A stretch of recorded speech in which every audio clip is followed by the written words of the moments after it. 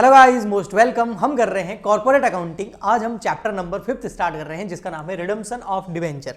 Redemption of debenture chapter technically थोड़ा सा high level का है, लेकिन आज का लेक्चर पूरा देखने के बाद में आपको इजी लगेगा, सारे कॉन्सेप्ट क्लियर हो जाएंगे, कोई प्रॉब्लम नहीं होगी। रिडम्पशन ऑफ डिवेंचर का मतलब होता है रीपेमेंट। रीपेमेंट कर दो भैया।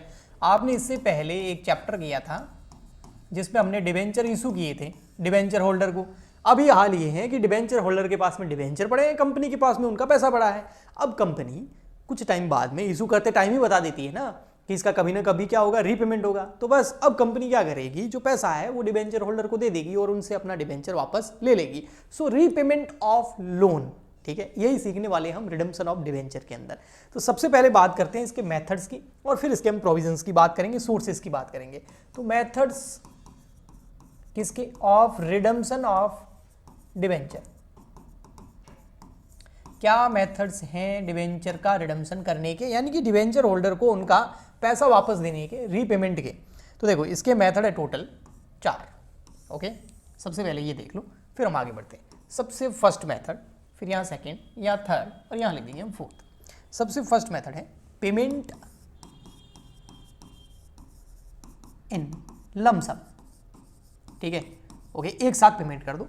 सेकेंड नंबर आता है payments in instalment, in instalment.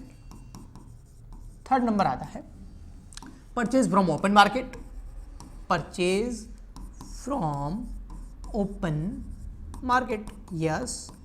And last fourth number conversion into equity shares. Okay, अब मैं एक एग्जांपल से आपको समझाता हूं, ठीक है। ओके, चलिए क्या एग्जांपल मान लेते हैं। हमने कुछ डिवेंचर इशू किए हैं, ठीक है, हमने किए हैं डिवेंचर इशू। कौन से हमने किया, मान लेते हैं 1 लाख डिवेंचर। कितने परसेंट वाले, 8% डिवेंचर। और एक डिवेंचर जो है at the rate 10 rupees each है।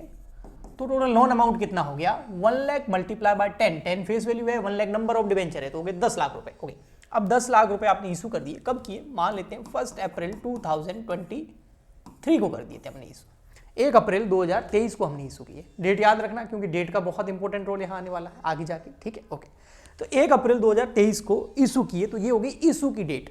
अब इशू करते टाइम कंपनी बता देती है ना कि भैया इसका पेमेंट कब करेगी। तो कंपनी बोल रही है कि भैया जो 10 लाख रुपए हैं, 10 लाख रुपीज हैं, इसका रीपेमेंट हम एक साथ करेंगे, लमसम करेंगे। पेमेंट इन लमसम कब करोगे कि सर 5 साल बाद में करेंगे। अब 5 साल कंप्लीट कब होंगे, 24 है ना, 25, 26, 27, 28 है ना, 23 के बाद में 24, 25, 26, 27, 28।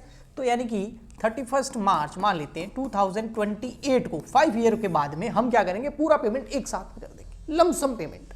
कितना पेमेंट कर देंगे, पूरा का पूरा 10 लाख रुपए। ओके जी, ये तो हो गया फर्स्ट मेथड। सेकेंड मेथड बोल रहे हैं कि नहीं सर, पेमेंट जो है हम एक साथ नहीं कर सकते, पेमेंट करेंगे हम इंस्टॉलमेंट के अंदर, किस्तों में पेमेंट करेंगे, यानी कि हर साल कुछ ना कुछ पे रीपेमेंट करेंगे। और मान लेते हैं 5 इंस्टॉलमेंट में पेमेंट करने का बोल रहे हैं। 5 इंस्टॉलमेंट, एवरी ईयर एक इंस्टॉलमेंट दी जाएगी और 5 सालों में 5 इंस्टॉलमेंट में पेमेंट करेंगे। तो भैया 10 लाख जो है उसका डिवाइड कर दो 5 लाख से, तो एवरी ईयर कितने रुपए पेमेंट करेंगे, 2 लाख रुपए का पेमेंट करेंगे। कब कब करेंगे, एक तो करेंगे हम 31 मार्च 2024 को, एक 31 मार्च 2025 को, एक 31 मार्च 2026 को, एक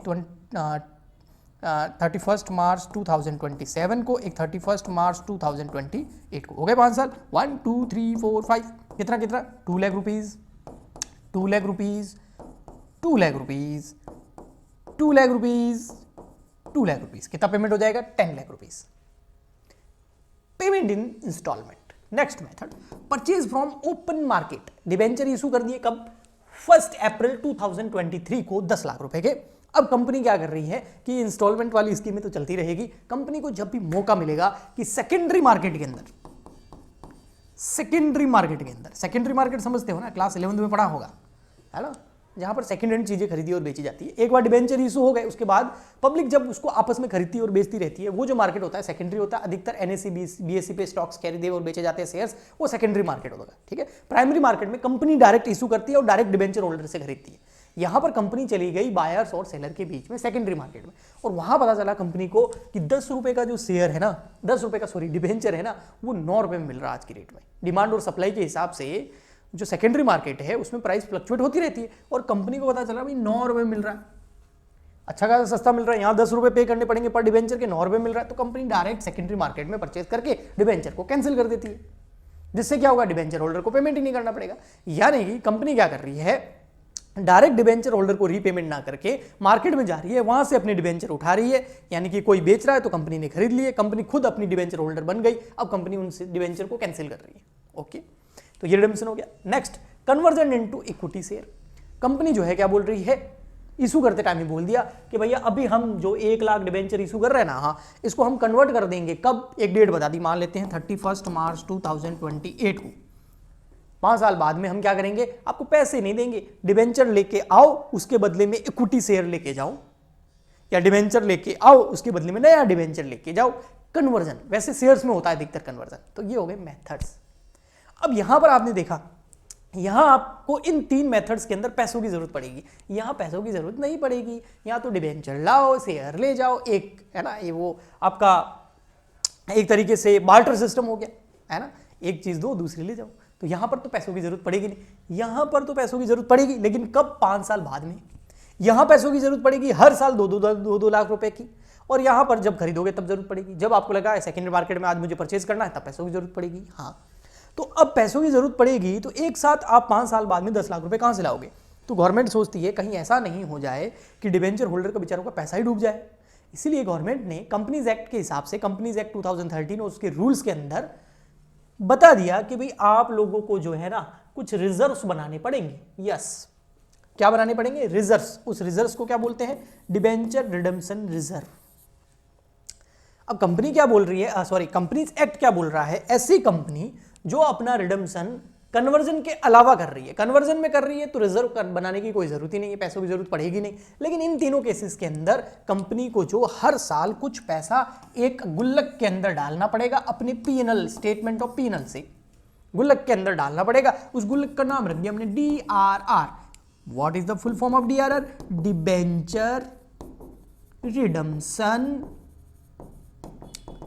रिजर्व। ओके, ठीक है, तो हर साल अपने पीएनएल में से DRR में कुछ पैसा ट्रांसफर करना पड़ेगा, और फिर इस गुल्लक में जो DRR में पैसा पड़ा है वो पड़ा तो अपने आप बढ़ेगा नहीं, है ना। आप अपने जाके अलमारी के अंदर पैसा रख दो, क्या वो पड़े बढ़ेगा नहीं बेटा। आप कॉमर्स के स्टूडेंट हो, अगर आपके पास बचत है तो आप क्या करोगे, इसको इन्वेस्ट करोगे कहीं से, जिससे वो पैसा और बढ़ेगा। तो कंपनी तो और समझदार होती है, गवर्नमेंट तो उससे ज्यादा समझदार है, एक्ट बनाने वाले तो सबसे समझदार है। तो उन्होंने बोला कि इसमें पैसा मत रहने दो, फिर यहां से पैसा निकाल करके आप उसको इन्वेस्ट कर दो। क्या कर दो, इन्वेस्ट, उसको इन्वेस्ट कर दो, और जहां इन्वेस्ट कर रहे हो उस फंड का नाम रख दो DRI, यानी कि डिबेंचर रिडेम्पशन इन्वेस्टमेंट, या फिर DRF यानी कि डिबेंचर रिडेम्पशन फंड, एक ही बात है।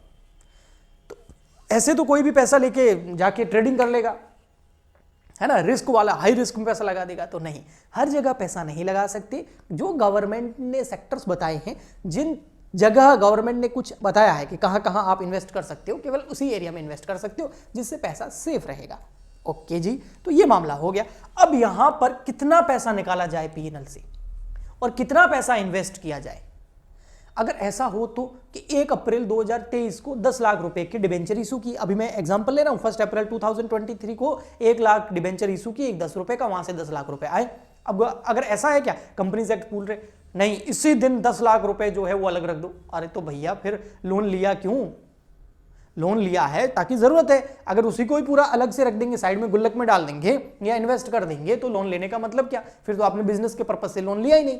इसीलिए इतना पूरा एक साथ रिजर्व नहीं रखना पड़ता है, अलग नहीं रखना पड़ता है, उसके कुछ मिनिमम प्रोविजंस हैं, और हर कंपनी को DRR और DRI बनाने की भी जरूरत नहीं है। तो कौन सी कंपनी को अलग से पैसा रखना है, कौन सी को नहीं रखना है, और कितना रखना है, कितना इन्वेस्ट करना है, उसके लिए है आपके पास में ये बढ़िया सा एक चार्ट, जिससे बहुत सारे कॉन्सेप्ट, बहुत सारे कंफ्यूजन क्लियर हो जाएंगे आज। ठीक है, तो देखिए क्या है, कंपनीज को मैंने 2 पार्ट में डिवाइड किया है। सबसे पहले समझना, और वैसे भी कंपनीज को दो पार्ट में कैसे डिवाइड किया, एक लिस्टेड एक अनलिस्टेड, और होती भी हमने कंपनीज एक्ट 2013 के अंदर पढ़ा होगा। लिस्टेड कंपनीज कौन सी होती है, जो शेयर मार्केट में, स्टॉक मार्केट में NSE BSE के ऊपर लिस्टेड होती है, जहां से उनके शेयर्स को बेचा और खरीदा जाता है, जो सेकेंडरी मार्केट में लिस्टेड होती है। और अनलिस्टेड कौन सी होती है, जिनके शेयर्स को शेयर मार्केट में, सेकेंडरी मार्केट में खरीदा और बेचा नहीं जा सकता, वो अनलिस्टेड कंपनी। तो दो टाइप की कंपनी हो गई, लिस्टेड अनलिस्टेड, हिंदी में बोलते हैं सूचीबद्ध गैर सूचीबद्ध। ओके जी। तो जो लिस्टेड कंपनीज होती है उसमें दो तरह की कंपनीज बांटा है, और मैंने अनलिस्टेड को भी दो पार्ट में बांटा है। तो लिस्टेड और हो गई अनलिस्टेड, दो टाइप की कंपनी। अब लिस्टेड के अंदर देखो, एक तो है AIFIS बैंक एंड, यहां पर कॉमा है, एंड बैंकिंग कंपनीज, और एक इनके अलावा अदर लिस्टेड कंपनीज। तो लिस्टेड कंपनी को दो पार्ट में डिवाइड किया, एक कौन सी, AIFI एंड बैंकिंग कंपनी। अब आप बोलोगे सर ये क्या है AIFIS, अरे भैया इसका नाम है ऑल इंडिया फाइनेंशियल इंस्टीट्यूशंस, इसका नाम ही all Indian financial institution, India के सारे फाइनेंशियल इंस्टीट्यूशंस, और कॉमा क्या, बैंकिंग कंपनीज, बैंकिंग कंपनीज। और ये कौन सी, जो लिस्टेड हो स्टॉक एक्सचेंज मार्केट में, जैसे SBI bank banking company, HDFC bank, ICICI bank, और इसके लिस्टेड भी है, शेयर मार्केट में जाके आप इनके शेयर खरीद भी सकते हैं ना, तो ये लिस्टेड कंपनीज होगी। यस, तो ये लिस्टेड कंपनीज, तो all Indian financial institutions and banking companies, ये वाली लिस्टेड कंपनीज। और एक इनके अलावा other listed companies. Other listed companies कौन सी, जो ये नहीं है, ये दोनों के अलावा, अदर बोला ना तो मतलब ये नहीं आएगी। अब अदर के एग्जांपल बताओ सर, जैसे NBFC, non banking financial institutions, या फाइनेंशियल कॉर्पोरेशंस। NBFC, N मतलब नॉन, B मतलब बैंकिंग, F मतलब फाइनेंशियल और फाइनेंस, और C मतलब कॉर्पोरेशन, और HFC यानी कि हाउसिंग फाइनेंस कंपनीज या हाउसिंग फाइनेंस कॉर्पोरेशंस। तो ये जो है ये इसके अलावा हो गई। हाँ, अब इनका क्या है, क्या इनको DRR बनाने की जरूरत है या DRI बनाने की जरूरत है? No, all Indian financial institutions और बैंकिंग कंपनी को ना DRR बनाना है, ना रिजर्व बनाना है, और ना ही उस रिजर्व से निकाल के पैसा इन्वेस्ट करना है। ओके जी सर, अदर आ गया, other listed companies. Other listed companies में कौन सी आ गई, NBFC और HFC। इनके अलावा और भी कोई फाइनेंशियल इंस्टीट्यूशन हो तो अदर फाइनेंशियल इंस्टीट्यूशन भी इसमें शामिल होंगे। इनको DRR बनाने की जरूरत नहीं है, लेकिन इनको मिनिमम DRI बनाना पड़ेगा। मिनिमम कितना, 15%, 15% DRI बनाना पड़ेगा। तो देखो, लिस्टेड कंपनी और अनलिस्टेड कंपनी, लिस्टेड में दो है, एक ऑल इंडिया फाइनेंस इंस्टीट्यूशंस और बैंकिंग कंपनी, उनको ना DRR बनाना ना DRI बनाना है। लेकिन जो अदर लिस्टेड कंपनीज है, जैसे कि हाउसिंग फाइनेंस कंपनी, NBFC है ना, नॉन बैंकिंग फाइनेंशियल कॉर्पोरेशन, और अदर इंस्टीट्यूशन जो लिस्टेड है लेकिन फर्स्ट वाले से अलग है, ठीक है, उनको क्या है, DRR तो नहीं बनाना, लेकिन DRI बनाना है। कितना, 15% इन्वेस्टमेंट करना पड़ेगा। रिजर्व में डाले बिना डायरेक्ट इन्वेस्ट कर सकते हो आप। ओके, अब आते हैं हम अनलिस्टेड कंपनीज में। अनलिस्टेड कंपनीज कौन सी, जो स्टॉक मार्केट में लिस्टेड नहीं है, लेकिन अनलिस्टेड कंपनीज जो है उसमें other than AIFI and banking companies, यानी कि अगर ऑल इंडियन फाइनेंशियल इंस्टीट्यूशन या फिर बैंकिंग कंपनी चाहे लिस्टेड हो चाहे अनलिस्टेड हो, उनको DRR और DRI नहीं बनाना है। लिस्टेड में तो वैसे भी नहीं बनाना है, यहाँ देखो ये क्रॉस आ गया, और अनलिस्टेड में तो बोला भी अनलिस्टेड में इसको छोड़ दो, other than all Indian financial institution and banking companies, other than यानी कि अनलिस्टेड में इसको मैं नहीं शामिल कर रहा हूं, मतलब इसको छोड़ दो। इसके अलावा जो अनलिस्टेड कंपनीज है वो कौन कौन सी हो सकती है, ऑल अनलिस्टेड कंपनीज जैसे NBFC और HFC, non banking financial corporation और हाउसिंग फाइनेंशियल कॉर्पोरेशन। यहां पर देखो, लिस्टेड जो NBFC और HFC है उनको DRR नहीं बनाना, लेकिन DRI बनाना है। लेकिन यहां पर ऑल अनलिस्टेड NBFC और HFC जो है उनको ना DRR बनाना है ना DRI बनाना है। ओके, तो क्या करना है इनको, जो अदर अनलिस्टेड कंपनीज है। अब अदर अनलिस्टेड कंपनीज कौन सी, एक तो लिस्टेड नहीं होगी, एक unlisted all Indian financial institution और बैंकिंग कंपनी नहीं होगी, एक अनलिस्टेड NBFC और HFC नहीं होगी। इनके अलावा जो अदर अनलिस्टेड कंपनीज हैं उनको DRR बनाना है मिनिमम 10% और DRI बनाना है 15%। मिनिमम है, इससे ज्यादा भी बना सकते हैं, लेकिन कम से कम इतना बनाना है। और कंपनीज कम से कम इतना ही पैसा साइड में रखेगी, ज्यादा रखेगी तो लोन लिया ही क्यों, पैसे की कमी है, ऊपर से सारा साइड में थोड़ी रखेंगे। तो कम से कम 15 और 10% है, ज्यादा आप रख सकती हैं, कंपनीज के ऊपर डिपेंड करता है, अगर उनके पास इतना पैसा है तो। ओके जी, ठीक।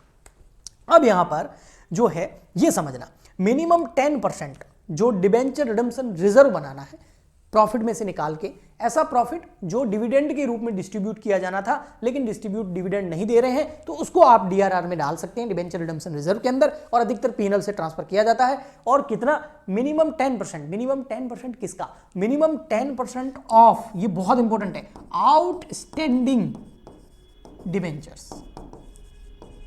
Minimum 10% of outstanding debentures.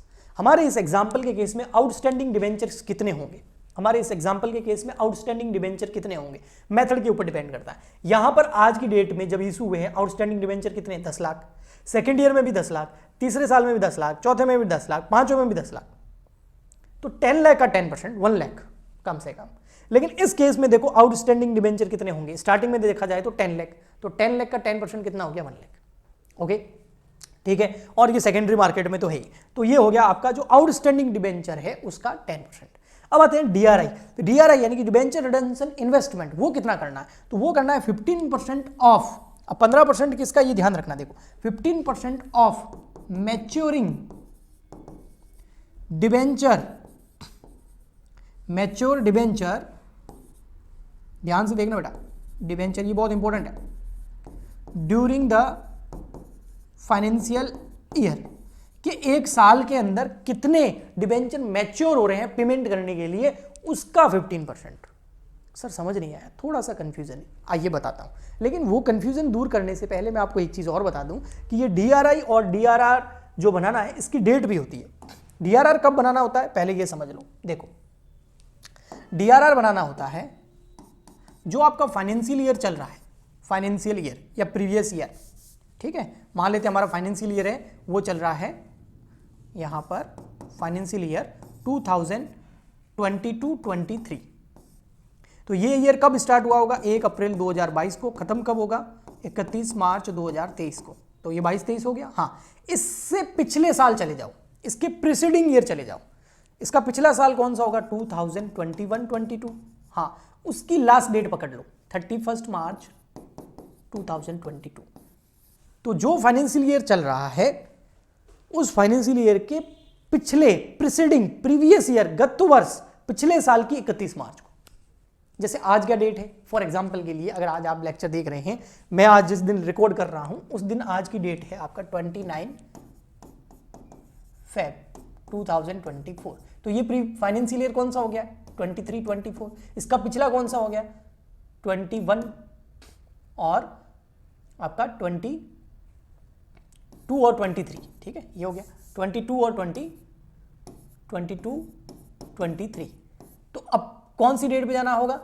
31 मार्च 2023। समझ में आ गया?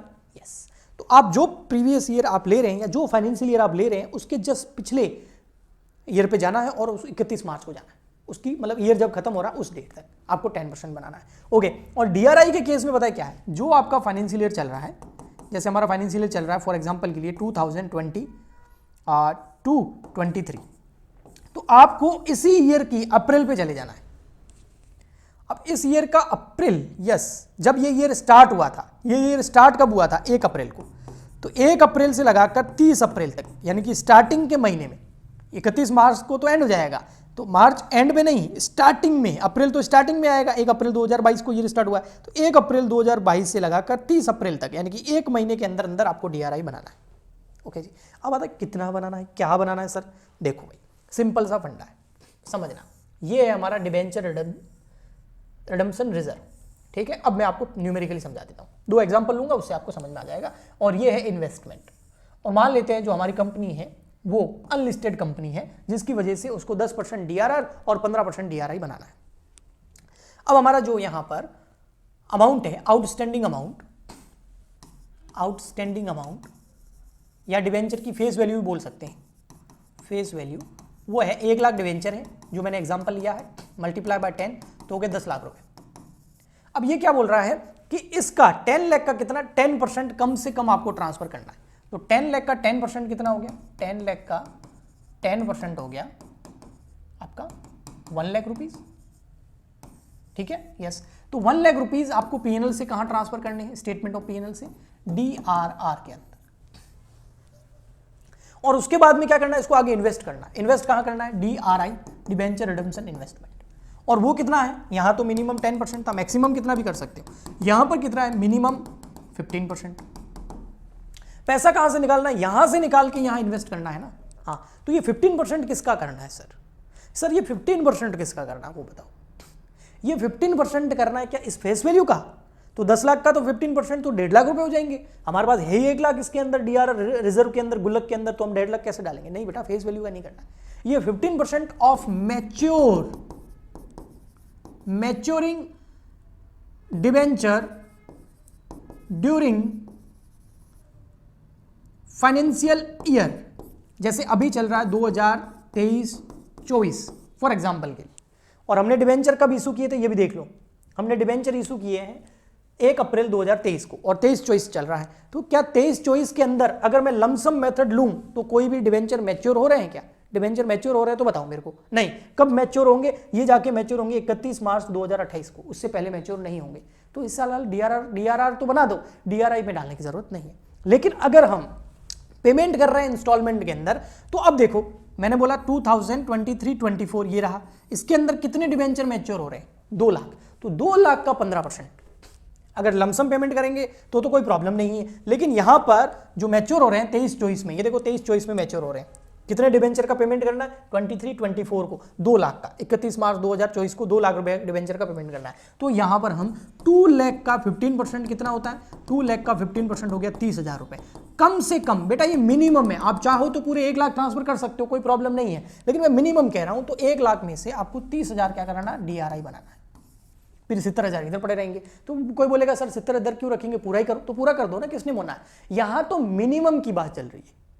आया समझ में, ओके जी। हम चलते हैं अब एंट्रीज की तरफ। सबसे फर्स्ट एंट्री होती है आपकी जनरल एंट्रीज। सबसे फर्स्ट एंट्री होती है कब, आफ्टर अलॉटमेंट, यानी कि डिबेंचर इशू करने के बाद। डिबेंचर इशू करने के बाद में हम क्या करेंगे, ये देखो आफ्टर अलॉटमेंट। वैसे तो बहुत सारी सर्कमस्टांसेस के ऊपर डिपेंड करता है कि पेमेंट कैसे करना है, इनका रिडम्पशन कैसे करना है, उस हिसाब से है। हम इशू करने के बाद, मतलब डिबेंचर इशू हो गए हैं, अब डिबेंचर इशू हो गए हैं तो आपको DRI बनाना पड़ेगा, समझ में आया ना। तो बस उसी की एंट्री करनी होगी। तो आपको क्या करना है, जैसे डिबेंचर इशू हो जाए आफ्टर अलॉटमेंट, सबसे पहले फर्स्ट एंट्री जो आपको करनी है वो करनी है आपको स्टेटमेंट ऑफ P&L से स्टेटमेंट ऑफ P&L अकाउंट को डेबिट करना है, और वहां से पैसे निकालने हैं, और आपको कहां ट्रांसफर करने हैं, डिबेंचर, मैं शॉर्ट में लिख दूं टाइम बच जाएगा अपना, DRR के अंदर, डिबेंचर रिडम्पशन रिजर्व के अंदर। सेकेंड एंट्री क्या होगी, फिर ये जो DRR के अंदर पैसा पड़ा है कम से कम 15% इन्वेस्ट करना है ना, लेकिन ऐसा थोड़ी है कि आप ज़्यादा नहीं कर सकते, तो जो पड़ा है वो आप इन्वेस्ट कर दो। तो हम यहाँ पर क्या करेंगे, DRR के अंदर जो पैसा पड़ा है उसको इन्वेस्ट कर देंगे। तो इन्वेस्ट करेंगे तो सामने हमारे एसेट जनरेट हो जाएगी, तो उसका नाम रख देंगे हम DRR, debenture redemption investment account debit, okay, और टू बैंक, ये इन्वेस्ट हो गए पैसे, ठीक। नेक्स्ट फिर हम क्या करेंगे, थर्ड नंबर, भैया इन्वेस्टमेंट किया है, हाँ, तो वहां से कुछ ना कुछ रिटर्न तो मिलेगा, या तो इंटरेस्ट मिलेगा, कुछ ना कुछ मिलेगा। तो बैंक अकाउंट डेबिट, मान लेते हैं इसके ऊपर हमको ब्याज मिल रहा है कुछ, तो पैसा आएगा। और ये किस चीज का पैसा है, interest on debenture redemption reserve investment, DRI, okay, ठीक है। अब आगे ये तो एंट्री चलती रहेगी। अगर इस इंटरेस्ट को P&L में ट्रांसफर कर रहे हैं तो इसको P&L में ट्रांसफर कर देंगे, इंटरेस्ट को डेबिट करके। अगर इसको डिबेंचर रिडम्पशन इन्वेस्ट फंड के अंदर ही, इन्वेस्टमेंट DRI के अंदर ही रखते हैं तो कोई प्रॉब्लम नहीं है, यही एंट्री रहेगी। अब क्या होगा, जब होगा रिडम्पशन का टाइम आएगा, second number on the time of redemption का। अब वो अगर इंस्टॉलमेंट में है तो हर साल आएगा, अगर लमसम है तो कभी कभी आएगा, कभी मतलब एक बार आएगा, बहुत देर बाद में आएगा, जैसे 2028 का बोला था मैंने, ओके। तो उसमें क्या करेंगे, जो ये इन्वेस्टमेंट करे हुए ना, इन इन्वेस्टमेंट को हम बेच देंगे, एनकैश कर देंगे। क्यों करेंगे, क्योंकि पैसों की जरूरत है। इन्वेस्टमेंट किए इसीलिए थे कि काम आएंगे, आगे पैसा काम आएगा, रिडम्पशन के टाइम में लिक्विडिटी आएगी, ओके। तो हम यहाँ पर एंट्री कर देंगे उस समय, बैंक अकाउंट डेबिट, पैसा आएगा, और क्रेडिट पता है किसको करेंगे, DRI को, जो भी इन्वेस्टमेंट वो भेज दिए। अब ये DRI बेचते टाइम अगर प्रॉफिट या लॉस हो जाए तो उसको P&L में ट्रांसफर करना है, वो जनरल एंट्री और सिचुएशन के ऊपर डिपेंड करता है, मैं अभी इतना कॉम्प्लिकेट उसको नहीं बनाऊंगा। नेक्स्ट, फिर क्या करना है सर, डिवेंचर होल्डर को पेमेंट करना है, ड्यू करने पड़ेंगे, रिडम्पशन को ड्यू करना पड़ेगा, तो उसकी एंट्री क्या हो जाएगी, परसेंटेज डिवेंचर डेबिट हो जाएंगे। जब इशू करते थे तो डिवेंचर आपको पता है क्या होते थे, क्रेडिट होते थे। अभी क्या कर रहे हैं, पेमेंट कर रहे हैं, लायबिलिटी खत्म तो डिवेंचर को डेबिट। और 2 डिवेंचर होल्डर। हाँ, अब ये रिडम्पशन जो है ये आप कैसे कर रहे हैं, एट पार कर रहे हैं, प्रीमियम पे कर रहे हैं, या फिर जो है आप डिस्काउंट पे कर रहे हैं। अगर आप एट पार कर रहे हैं तो ये एंट्री हो जाएगी, अगर आप रिडम्पशन कर रहे हैं डिस्काउंट पे तो नीचे 2 कैपिटल रिजर्व आ जाएगा, और अगर आप रिडम्पशन कर रहे हैं डिवेंचर का प्रीमियम पर तो ऊपर प्रीमियम आ जाएगा, premium on redemption of debenture account debit. Okay ji, बिल्कुल, वो भी हम एंट्रीज के अंदर समझ सकते हैं। और लास्ट में क्या हो जाएगा, 3rd नंबर पे डिवेंचर होल्डर को पेमेंट हो जाएगा, debenture holder account debit to bank. और उसके बाद में अगर DRR अकाउंट के अंदर कोई पैसा पड़ा है डिवेंचर रिडम्पशन रिजर्व में तो उसको जनरल रिजर्व में ट्रांसफर कर दो आफ्टर रिडम्पशन, तो DRR डेबिट कर दो और 2 कर दो जनरल रिजर्व। तो ये नॉर्मल एंट्रीज जो होती है वो मैंने आपको बताई है, लेकिन मेन मकसद आज के लेक्चर का ये था कि आपको DRR और DRI पूरा अच्छे से समझ में आ जाए, कौन सी कंपनी को बनाना है, कौन सी को नहीं बनाना है, ये अच्छे से समझ में आ जाएगा। नेक्स्ट लेक्चर में हम इसके न्यूमेरिकल क्वेश्चन करेंगे तो आपको और अच्छे से आएगा। प्लीज़ कंजूसी मत कीजिए, ज़्यादा से ज़्यादा लाइक कीजिए, शेयर कीजिए, सब्सक्राइब कीजिए, ताकि मैं आपके लिए ऐसे ही लेक्चर लाता रहूँ। मिलते हैं नेक्स्ट लेक्चर में, तब तक के लिए गुड बाय, थैंक यू।